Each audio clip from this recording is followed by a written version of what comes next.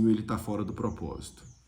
Você pode ter momentos que as pessoas te abandonaram, momentos que você está meio só, mas o seu coração sempre é voltado para a comunhão.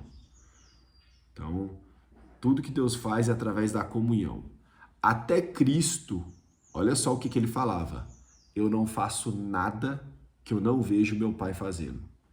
Eu só faço aquilo que eu vejo meu Pai fazendo. Eu não faço nada de mim mesmo. É necessário meu Pai no céu e eu aqui na terra. Lindo, né? Jesus só fazia aquilo que ele via o Pai fazendo. Ele fazia só em comunhão. E aí vocês também. Vocês só devem fazer algo em comunhão. Em comunhão uns com os outros e em comunhão comigo. Que é o que ele fala. O ramo que estiver conectado a mim, produz fruto. Mas quem não está conectado a mim, não produz fruto. Então a ideia é essa. O que caracteriza que a gente está em conexão com Cristo? Se a gente está em comunhão e se a gente está produzindo fruto. E aí, Thomas, ainda não sei como produzir fruto, discipular. Rapaz, sabe sim, é natural. Uma árvore se esforça muito para produzir um fruto. Eu tenho que produzir uma maçã. Tá doendo. Não, é natural. Se ela estiver adubada, se ela for regada, se ela tiver sol, ela vai produzir fruto. Aqui, o que nós estamos fazendo aqui? Adubando, dando sol. Nós estamos dando os nutrientes necessários para que cada um floresça e frutifique. A ideia é essa. Então, a função aqui é essa. Para que onde Deus te colocou, fechou a sessão aqui, fechou o discipulado aqui, aonde vocês vão mais espiritual, com mais humildade, com mais sabedoria, com mais força, para poder viver, gente. Casamento é difícil, criação de filho é difícil, discipular, impactar esse mundo é difícil. O diabo já encheu as pessoas de compromisso, de responsabilidade. Ontem teve um evento aqui no condomínio, e depois eu passei lá na casa do Eduardo, e a Ana Maria falou assim, gente, a gente chama para discipulado, vem pouca gente. Aí, mas chama aqui para um evento, churrasco, lota, é uma animação, é uma alegria que você precisa ver. O negócio é forte. Então, assim, é isso. Não tem a mesma intensidade. E tinha gente cristã, tá? E aí você vê isso, né? Não tem o mesmo engajamento, intensidade, fervor, né? Fica uma coisa meio monótona, né? Parece que as coisas de Deus é um pouquinho mais chato. E não é, rapaz. Tem que ser a coisa mais extraordinária da nossa vida, né? Então é isso. Então vamos lá, vamos tentar dar uma continuidade no que a gente estava fazendo. Então, semana passada nós falamos que Jesus enviou 6 pares, não enviou 12. Então, para falar que a comunhão, ela é o centro do que Deus faz. Espera aí, liberar mais um aqui. Quem está fora da comunhão está fora do propósito. É claro que, de novo, se acontecer alguma situação que, igual Paulo estava, em cidades que as pessoas abandonavam ele, mas ele ainda estava em comunhão com os outros.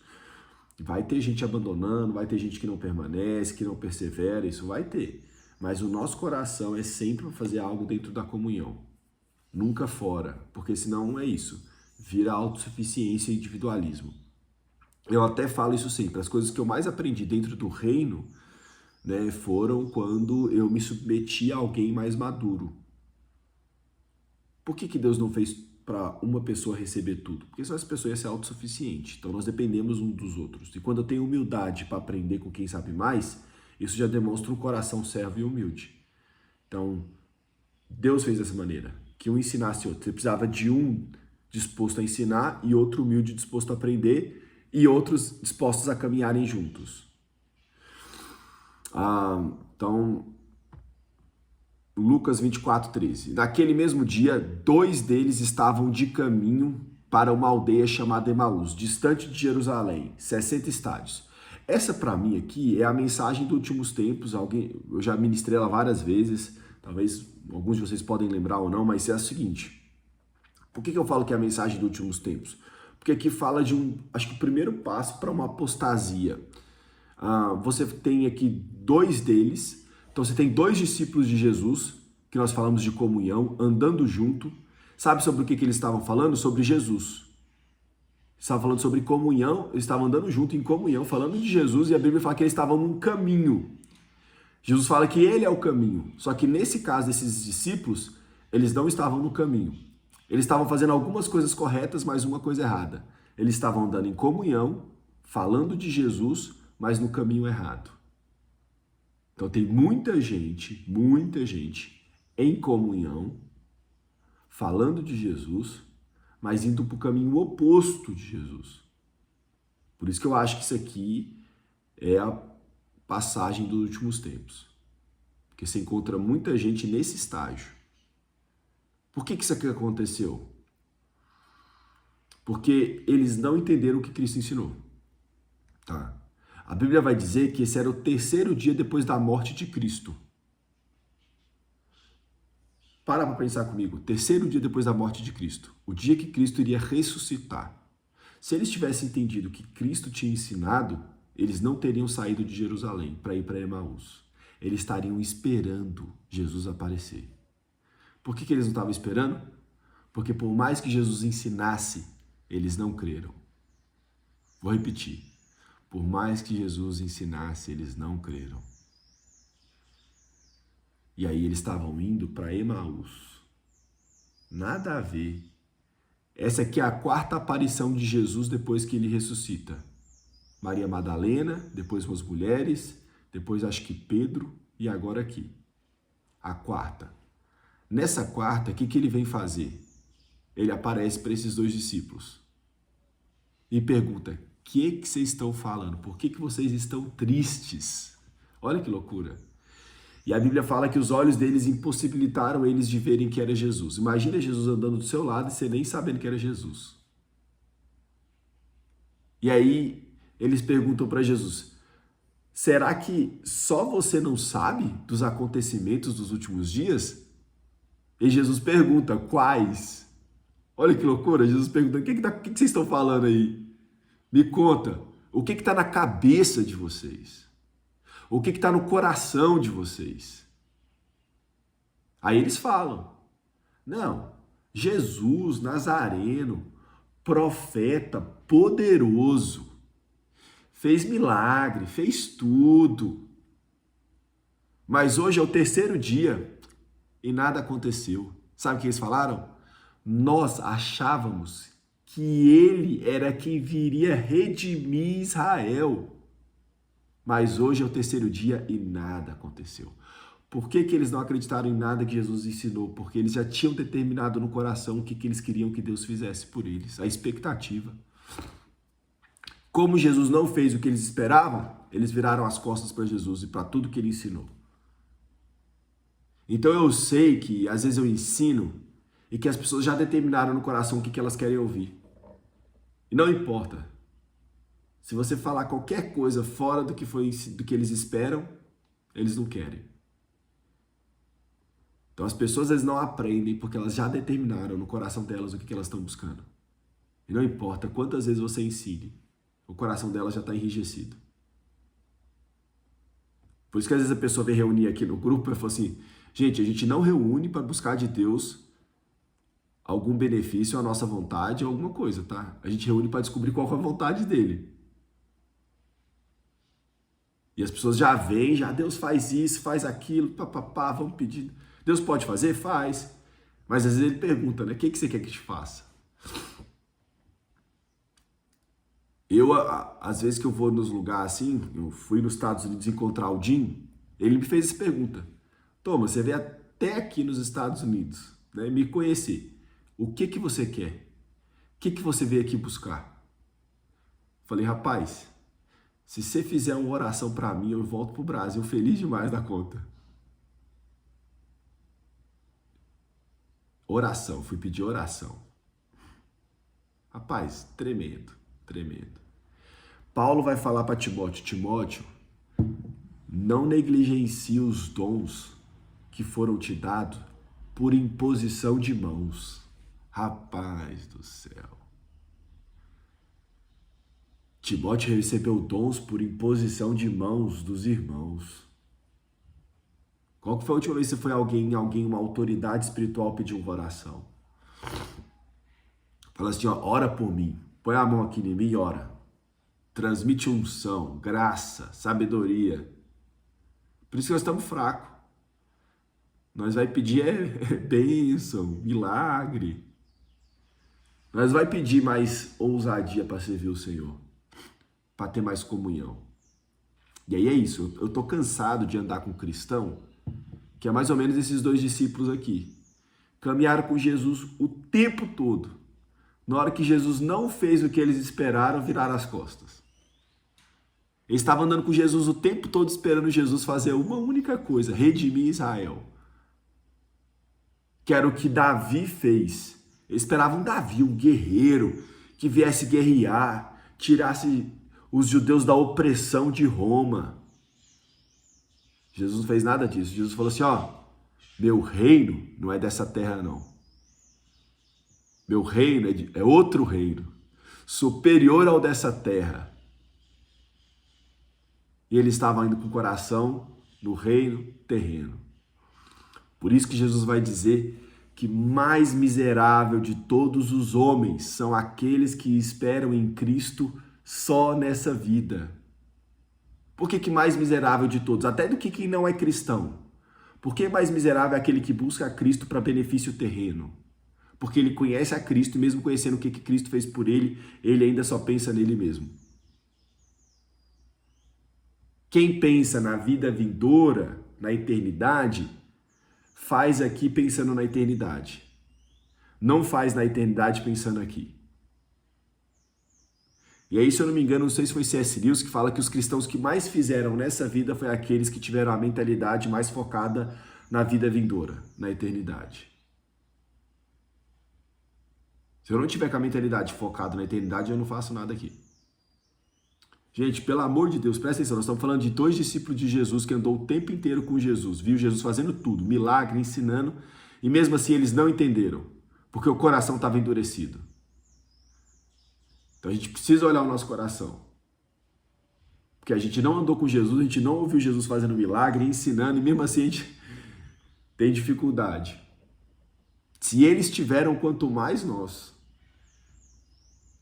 Por isso que aí eles continuam lá, Jesus ouvindo eles, aí de repente Jesus transforma. Jesus falou assim, ó tardios e nécios para crer em tudo que está escrito a respeito de Jesus. Aí ele dá uma aula de exegese, homilética, hermenêutica, dá uma aula de estudo bíblico para esses dois discípulos.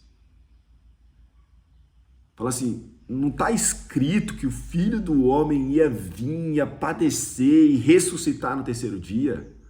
Como que vocês não crerem em tudo que está escrito, em tudo que Jesus ensinou?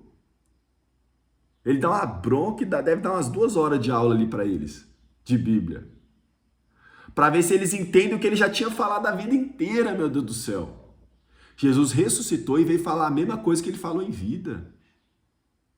Porque nosso coração é duro. Meu Deus do céu, como o coração do ser humano é duro. É enrijecido. Você fala de eternidade, você fala de bênção, fala, não, mas eu quero trocar meu carro. Não, mas eu quero comprar uma casa. Você fala, pelo amor de Deus. Aí Deus fala assim, não. Por isso que sofre. Coração duro. Não escuta, não entende. E não quer entender. Mas aí nesse caso aí, Jesus dá a bronca, né? Ensina a Bíblia ali. Eles ainda não reconhecem que é Jesus. Mas pensa comigo, meu Deus, você tem 2 pessoas andando, chega uma terceira pessoa que eles não conhecem, começa a dar bronca neles no meio da rua. Começa a dar bronca. E eles escutam. Falei, rapaz, esse cara aí tem autoridade, nós estamos errados mesmo, tem que abaixar a cabeça. Eles pelo menos tiveram humildade de ouvir, mesmo sem saber que era Jesus. Não, tem que reconhecer nós. Então eu acho que uma das coisas mais lindas é o arrependimento. Meu Deus do céu, transforma. O arrependimento de reconhecer aonde que eu estou, o que eu errei, nos conecta de volta com Deus. O coração enrijecido e duro nos impede de nos conectar com Deus. Por isso que a Bíblia fala que Deus procura um coração contrito e quebrantado. O Senhor não despreza. Davi é chamado de um homem segundo o coração de Deus e esse homem pecou demais. Mas a questão de Davi é que ele sabia se arrepender genuinamente e conectar com o coração de Deus. Ele falava assim, Senhor, se o Senhor me perdoar, se o Senhor me purificar, eu vou levar a tua palavra ao perdido. Eu vou ser voz para quem não tem voz. Eu vou cuidar dos órfãos e das viúvas. Então ele pedia cura para ele, não era só para benefício dele não. Falou assim, se o Senhor me restaurar, eu vou ajudar quem que o Senhor quer que eu ajude. Eu vou cuidar de pessoas. Aí, rapaz do céu. Aí, né, Deus abençoava Davi, falando, esse meu filho, ele entendeu o que eu quero. Ele não está buscando nada para si. Então é isso, o caminho é por aí, a restauração é por aí. E aí eu estava até falando com o William, né, que a gente teve a reunião com o Luiz ali no... Falei assim, mas tem algumas igrejas aí, a gente citou até a Universal, que a pessoa por fé dedica lá e Deus faz o milagre. Falei, Deus faz em qualquer lugar, sabe por quê? Imagina se a gente tivesse que fazer tudo perfeito para Deus nos abençoar. Nós estava lascado, ninguém seria abençoado. Ninguém seria abençoado. Quem que consegue fazer tudo certinho aqui? Ninguém. Agora, a gente precisa querer melhorar a cada dia. A gente não pode aceitar o erro como sendo certo, porque Deus nos abençoou quando a gente estava ignorante. Não, aí as pessoas usam isso. Pô, Deus abençoou fulano e ele estava fazendo algo errado. Eu falei, irmão, ele é pai. Minhas filhas fazem trem errado aqui, eu não deixo de abençoar elas nenhum dia. Nenhum dia. Põe de castigo, repreendo, faço tudo aí. Mas deixar de abençoar? Jamais. Então Deus é a mesma coisa. Agora, claro, qual que é a minha alegria? Ver minhas filhas amadurecendo cada vez mais e elas conseguindo ser canal de bênção na vida dos outros. Aí a gente vai ficando cada vez mais feliz. Então a ideia aqui é conhecer o coração do Pai para agradar o coração do Pai. Esses homens estavam indo. Ali nesse ponto, eles já estavam meio arrependidos já. Falei, nossa, nós entendemos errado. Aí a Bíblia fala que era o cair da tarde. A noite estava chegando. Por isso que eu falo que é a parábola ou a passagem dos últimos tempos. Porque quando fala que a noite estava caindo, é quando as trevas estão chegando. Os fins dos tempos. O tempo do anticristo. As trevas estão chegando. E aí a Bíblia fala que Jesus fez menção de continuar adiante. Eles chegaram em Emaús, iam entrar na casa onde eles iam chegar lá para encontrar outros irmãos. E Jesus falou assim, não, eu preciso ir. Aí você quis falar para Jesus? Vai não. Fica conosco. E eles nem sabiam que era Jesus. Falaram assim, vai não, fica com a gente. E aqui para mim é que se conclui a palavra em Apocalipse de Laodiceia, que fala, eis que estou à porta e bato. Se você ler todas as cartas das 7 cartas de Apocalipse, você vai ver que ele começa falando assim, eis que venho sem demora, estou a caminho, logo chego. Quando chega na última igreja, que é Laodiceia, ele fala, eis que estou à porta e bato. Durante muito tempo, a igreja usou essa passagem para falar, para pregar evangelismo para os ímpios. Jesus está na porta do seu coração, ele quer entrar, ele está batendo, abre seu coração para Jesus. Abre seu coração para Jesus. Mas não é o que o texto está falando. O texto está falando que Jesus está de fora da igreja, meu Deus do céu. Da igreja. Estou fora da igreja, eu quero entrar. Vocês vão deixar? Laodiceia. Vocês estão pregando sobre mim, vocês estão falando sobre mim, mas eu estou fora. Vocês vão deixar eu entrar ou não? Eu estou batendo. Então, por isso que é a parábola dos últimos tempos. E aí esses discípulos, o que eles falaram? Entra, Jesus. Eles abriram a porta para Jesus entrar. Então, por isso que a nossa palavra deve ser, entra, Jesus, no nosso coração. Entra naquilo que nós estamos fazendo. Porque às vezes em áreas da nossa vida a gente deixa Jesus de fora. Principalmente falando de negócio, de dinheiro, de bens materiais, a gente põe Jesus quando a gente está falando de oração, de Bíblia. Agora as outras áreas Jesus não domina muito não, sabe? Ele precisa estudar um pouquinho mais. E aí a gente deixa ele de fora como se ele não soubesse nada disso. No livro que eu tô lendo do Darrell Willard, ele fala isso aí. Ele fala que ele foi num congresso universitário de uma faculdade e falou assim: quantos de vocês oraram a Deus para pedir inspiração para escrever seu TCC de engenharia, de física, de química, de matemática? Esse cara até, ué, como assim? Para falar sobre química, matemática? Isso é, Deus criou o universo. Vocês acham que ele não entende de física, de química, de matemática, não? É só vocês que entendem. Aí ele ficou assustado, porque era uma universidade cristã. Você estava falando com cristãos e nem entra na mente deles, nem entra Deus fazer parte de um TCC de matemática. Eles põem Deus de fora. Não, Deus tem nada a ver com isso, não. E nós estamos falando de uma nação protestante, tá? A nossa, agora nós estamos custando a querer priorizar a Bíblia. Agora nós estamos querendo estudar a Bíblia. Os últimos 20 anos aí, eles não. Até um ateu nos Estados Unidos já decorou a Bíblia já. Que aprende de berço. Então vamos lá, hein? Aqui eles pedem Jesus para entrar. Jesus entra. E aí o que Jesus faz? Ele ceia com eles. Na hora que Jesus ceia, na hora que Jesus parte o pão, eles falam assim: eu conheço esse partir de pão. Eu já vi ele antes.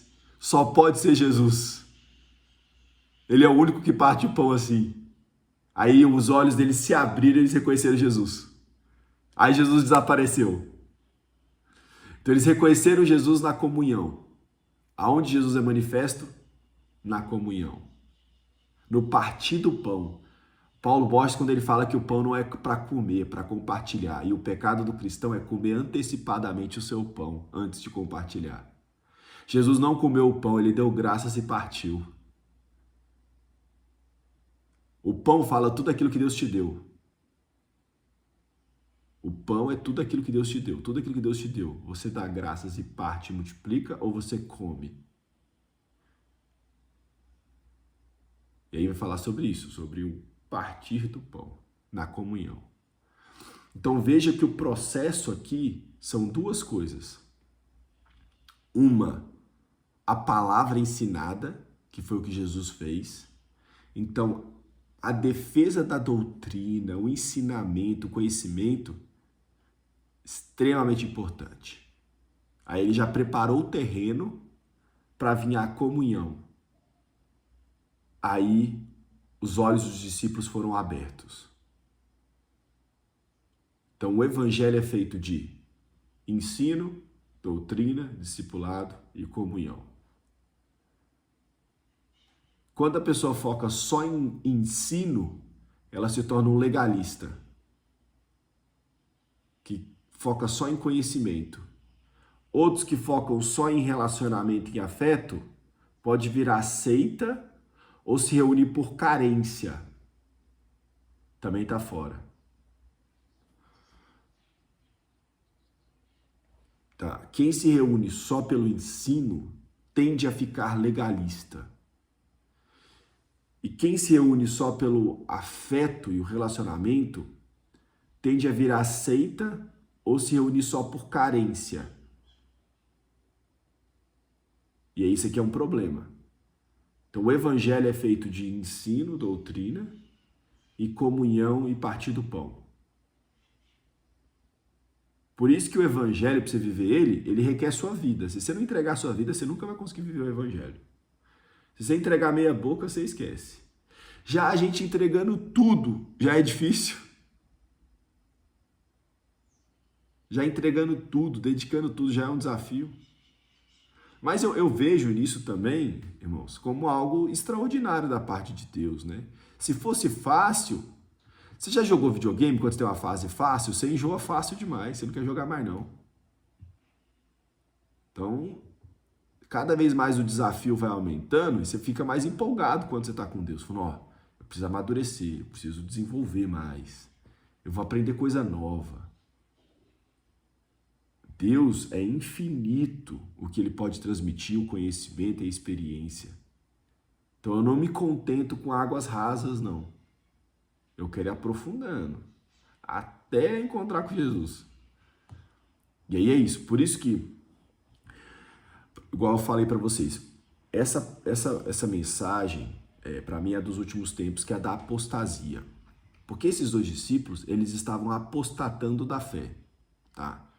Porque eles estavam indo, pegando todo o conhecimento de Jesus e indo para o caminho contrário. Por isso que Jesus fala, eu sou o caminho. Por isso que os discípulos de Jesus eram chamados de a seita do caminho. Ah, você é dos que seguem o caminho? Chamava eles de o caminho, porque Jesus falava que ele era o caminho. Só que aqui eles estavam num caminho contrário, totalmente contrário. Eles deveriam nunca ter saído de Jerusalém. Tanto que a primeira coisa que eles fazem na hora que eles reconhecem que Jesus desaparece, eles levantam e voltam para Jerusalém. Eles voltam de onde eles não deveriam ter saído. Olha isso, eles voltam de onde eles não deveriam ter.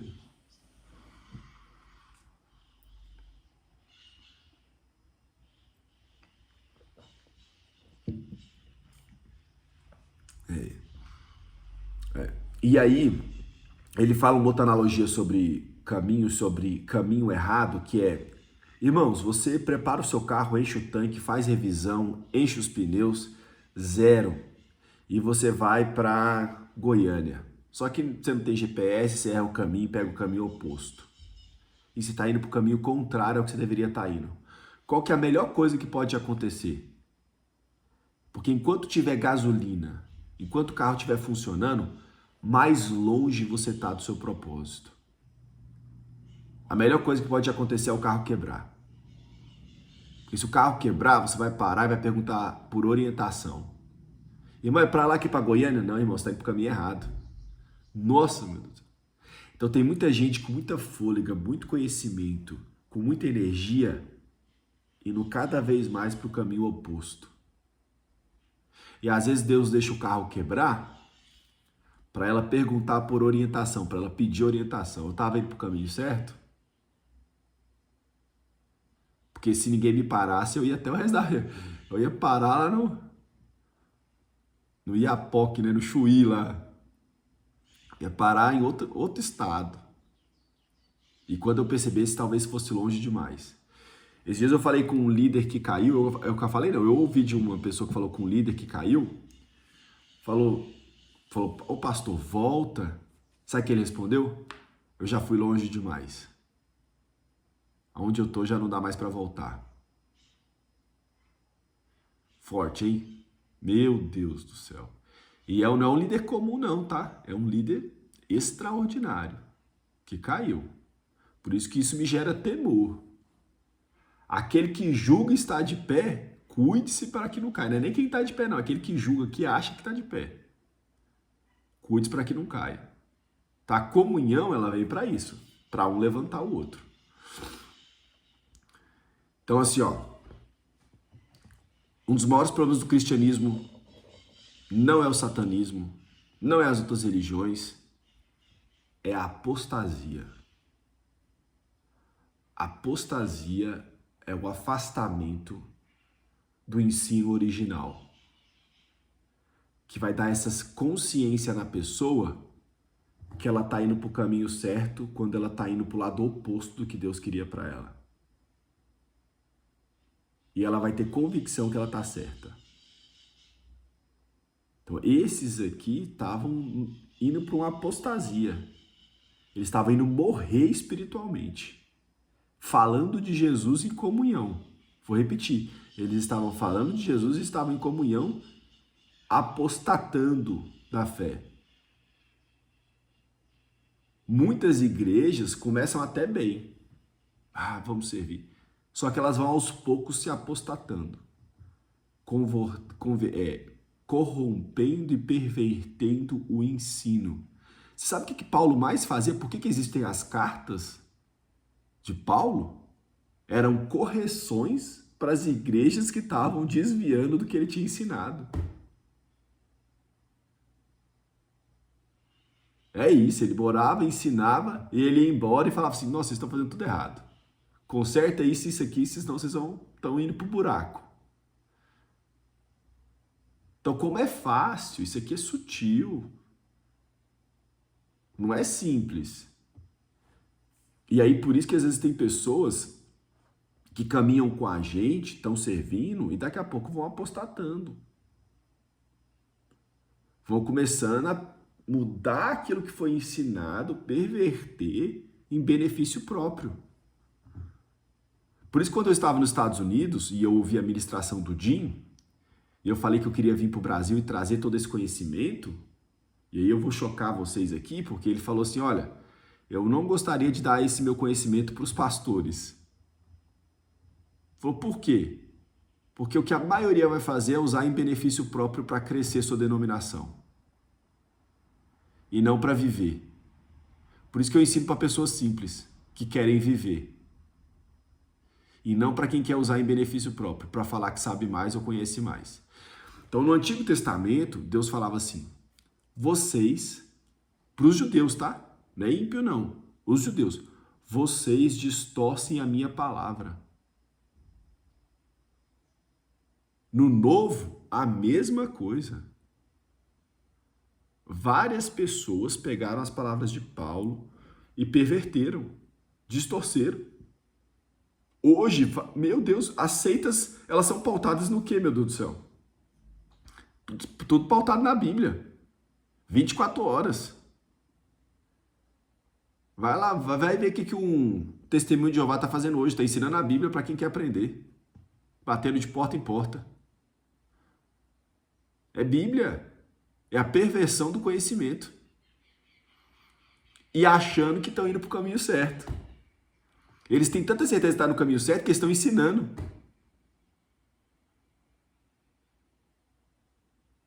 Então a apostasia é isso aqui. Esse é o maior problema, tá? A ideia básica é a de alguém que abandona uma posição anteriormente assumida. Contudo, no ambiente bíblico, a palavra não descreve simplesmente uma mudança neutra de lugar. Ela normalmente comunica abandono, deserção, rebelião ou ruptura com a autoridade, aliança, doutrina ou compromisso anteriormente reconhecido. Meu Deus, só apóstata cristão. Não tem como um não cristão, um ateu ser apóstata. Só quem teve contato e ensino do evangelho pode ser apóstata. Pode se apostatar. Por isso que tem que tomar muito cuidado. Então, a apostasia não é simplesmente cometer um pecado. Não, eu pequei aqui, não. Apostasia é você estar vivendo um estilo de vida achando que é bíblico, mas é contrário àquilo que Deus gostaria que você fizesse. No Antigo Testamento era mais fácil, porque a apostasia no Antigo Testamento era adorar outro Deus.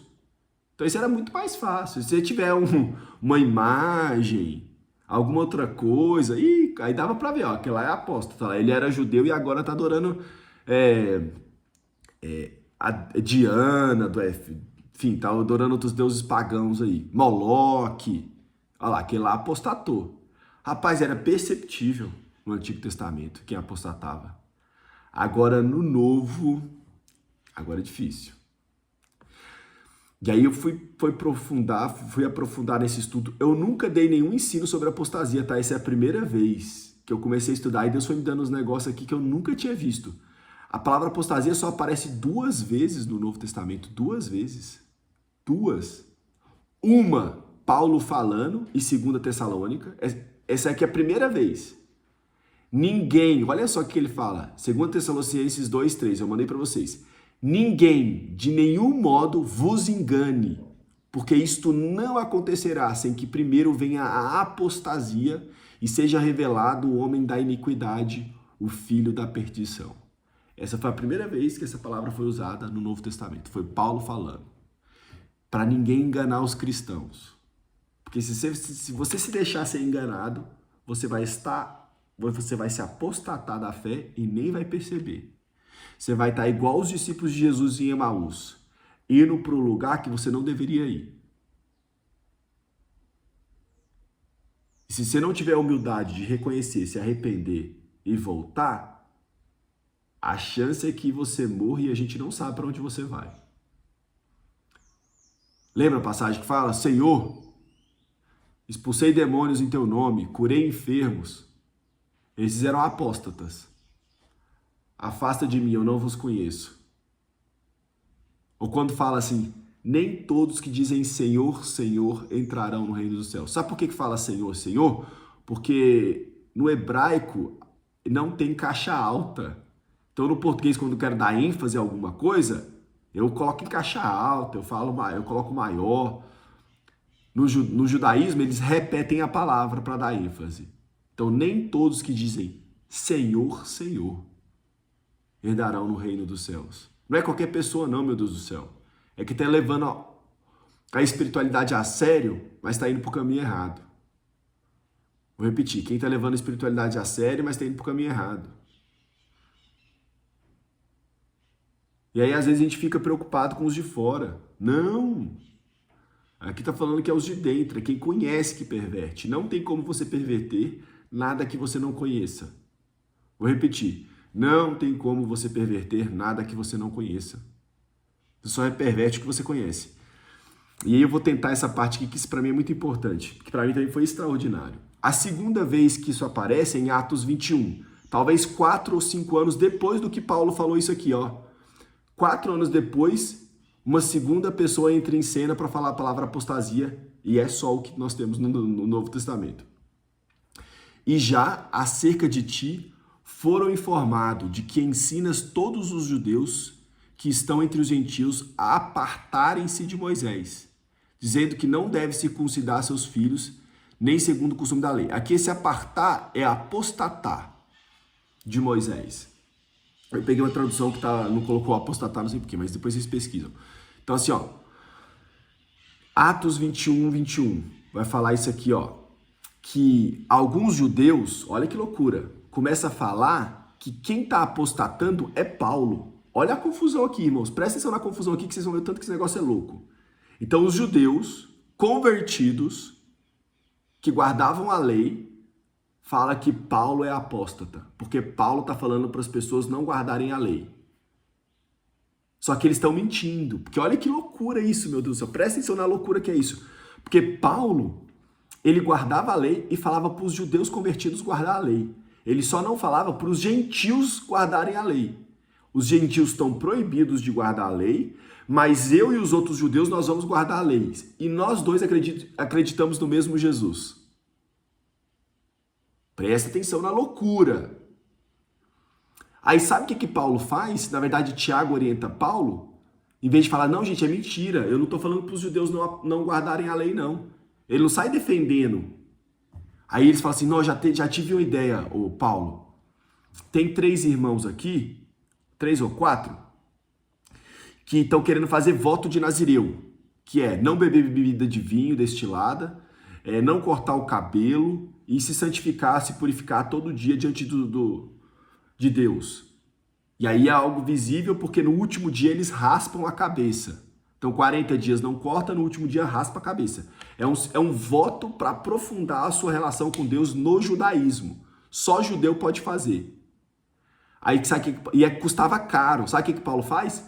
Ele pega esses 3 ou 4 homens que queriam fazer, paga para eles fazerem o voto e Paulo faz junto com eles para provar para todo mundo que Paulo guardava a lei. Meu Deus do céu!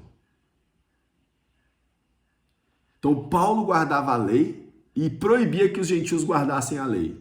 E os judeus estavam querendo culpar Paulo porque Paulo estava pervertendo o ensino de Moisés, falando para não guardar os ensinos de Moisés. E aí Paulo pega um dinheiro que era caro fazer o voto, era caro. Paga para 4 judeus fazerem o voto e faz junto com eles. Para provar para todo mundo que ele guardava a lei. Mas ele proibiu os gentios de guardar a lei. Vocês têm noção da confusão ou não? Não é possível. Isso aqui é a confusão da igreja, tá? Loucura, loucura, loucura, loucura. Então, assim, o evangelho é isso. Esse desafio, que não tem nada pronto. Você tem que buscar de Deus orientação. Você tem que ter discernimento. Porque isso aqui estava partindo a igreja. Aí sabe o que eles fizeram? Eles apareceram lá, viram Paulo fazendo o voto. Aí eles falaram que Paulo levou um gentil para dentro do tabernáculo lá e que Paulo profanou o tabernáculo. Aí eles batem em Paulo, dão um murro na boca de Paulo. E ainda assim, Paulo ainda é açoitado pelos judeus cristãos. Peraí. Então, assim, ó. Aí Paulo apanha dos romanos e dos judeus. E depois ele fala que ele é soldado romano. E aí eles falam, nossa, nós batemos num soldado romano. Isso gerava uma pena severa. Aí eles falam, não, vamos soltar Paulo que a gente fez errado. A gente não sabia que ele era romano. Aí Paulo falou assim, não, vocês não vão me soltar de qualquer jeito, não. Eu quero que publicamente vocês vão e peçam perdão pelo que vocês fizeram. Não, gente, meu Deus do céu. Isso aqui, pra mim, eu nunca tinha visto isso aqui. Essa loucura que é. Como é que Paulo mandava os judeus convertidos guardar a lei, Paulo guardava a lei, e ele falasse que se qualquer gentil guardasse sábado ou se circuncidasse, eles tinham caído da graça e agora estavam submissos à lei. Eles estavam apostatando. Meu Deus, como é que alguém não chama isso de hipocrisia? Paulo, você está fazendo algo e está mandando a gente não fazer o que você faz? Como que é isso? Então, assim, não tem como não gerar confusão. Por isso que precisa de maturidade. Por isso que Paulo fala, irmãos, ó, se eu der alimento sólido para quem é criança, eu vou matar. Eu preciso dar leitinho até amadurecer, até a pessoa ter condição de compreender. Então nós estamos aqui para amadurecer e entender como é que vive o evangelho nos dias de hoje. E os desafios que é de não se apostatar. Aí, 1 Timóteo 4:1, o Espírito afirma expressamente que nos últimos tempos alguns apostatarão da fé por obedecerem a espíritos de enganos, de enganadores e ensinos de demônio. De demônio. Estão ensinando a Bíblia e tem gente seguindo o demônio achando que está seguindo Jesus. 1 Timóteo 4:1. O demônio está ensinando satanismo? Não, ele está ensinando a Bíblia. O povo está aprendendo satanismo? Não, o povo está aprendendo a Bíblia e seguindo o demônio. 1 Timóteo 4:1.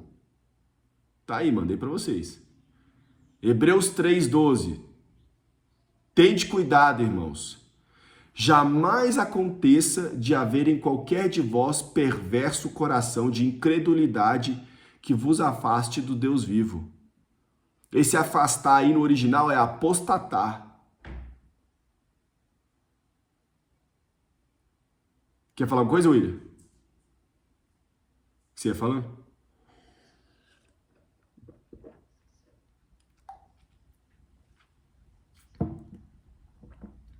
É.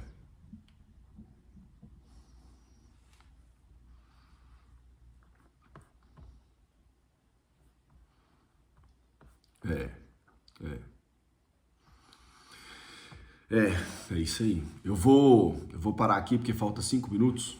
Então eu quero orar aqui e eu vou concluir isso aqui semana que vem, porque daí tem uma parte aqui que eu vou aprofundar num pouco disso aí que você falou. Qual que são os passos para a pessoa se apostatar sem perceber que ela tá apóstata, tá? Como que isso acontece? Cara, e assim é muito fácil, muito fácil. Nós estamos falando de 2 discípulos judeus que andavam com Jesus 24 horas. Então, assim, com a intensidade que a gente leva o evangelho, não chega nem perto desses homens. Então, por isso que a gente precisa repensar, sabe? A gente precisa ter humildade. Ficar, rapaz, o que eu posso fazer para me resguardar quanto a isso? E aí é a comunhão, é o relacionamento, é o ensino. Por isso que eu invisto tanto aqui no ensino. Vocês me vêm ensinando. Por quê? Porque eu quero ajudar o máximo de pessoas que eu puder aí servir e ser canal de bênção. Não é porque eu não tenho nada para fazer, não. É porque isso aqui é minha prioridade número 1. E aí eu espero que as suas de vocês também sejam pro bem de vocês. Irmãos, tá participando aqui domingo de manhã, vocês não estão fazendo um bem para mim, não. Vocês estão me fazendo bem, lógico, são meus irmãos, isso aqui tá me abençoando demais. Mas assim, vocês têm que pensar que é para vocês e para as pessoas que estão à volta de vocês, para sua família, para seus filhos, para os seus amigos, para quem você vai discipular. Então você tem pessoas que oram por você, que te ensinam, que tá... em comunhão. Então é isso, tá? Vou orar aqui por vocês. Vocês estudem isso aqui, meditem, leiam, levem a sério, compartilhem com pessoas, multipliquem. Seja terra fértil, em nome de Jesus. Amém. Senhor e Deus Pai, nós queremos te agradecer por esse dia. Obrigado pelo privilégio, Senhor, de mais um dia, do tanto que o Senhor derramou sobre nossos corações, sobre o meu, Senhor. Eu quero ser grato pelo que o Senhor derramou no meu coração, só de estar aqui, podendo estudar, podendo aprofundar para passar para meus irmãos, para mim já é um privilégio, Senhor, em nome de Jesus. Mas que o Senhor nos ajude, Senhor, a todos os dias falar, fica conosco. Não vai adiante não, sem antes entrar e ter comunhão e cear conosco. Todos os dias, em nome de Jesus. Para que nossos olhos possam ser abertos e nós reconhecermos o Senhor diariamente em nossas vidas, à nossa volta. E nos ajuda, Senhor, a não apostatar, a não ir para o caminho contrário, achando que está indo para o caminho certo. Em nome de Jesus, abençoe meus irmãos, fortaleça eles. Que eles sejam um canal de bênção para outros. Que eles ajudem a outros se permanecer, a ficar firmes. Nos ajude a não perverter a Tua palavra sem perceber. Em nome de Jesus. Guarda o nosso coração. Nos ensina a ter um coração contrito e quebrantado. Humilde. Para ouvir, para permanecer. Nos abençoe nessa caminhada de multiplicar os talentos, os dons, que mais pessoas sejam transformadas e impactadas. Em nome de Jesus. Abençoe aqui o Dia dos Pais, que esse dia seja um dia abençoado. E principalmente pelo Senhor ser o nosso Pai. Obrigado, Senhor. Em nome de Jesus nós oramos. Amém. Amém, irmãos. A gente tenta pôr esse tempo de 1 hora justamente para não ficar muito tempo, mas se depois outro dia precisar passar um pouquinho, a gente passa, mas vamos tentar manter esse tempo de 1 hora aí, tá? Obrigado aí pela vida de vocês. Tamo junto.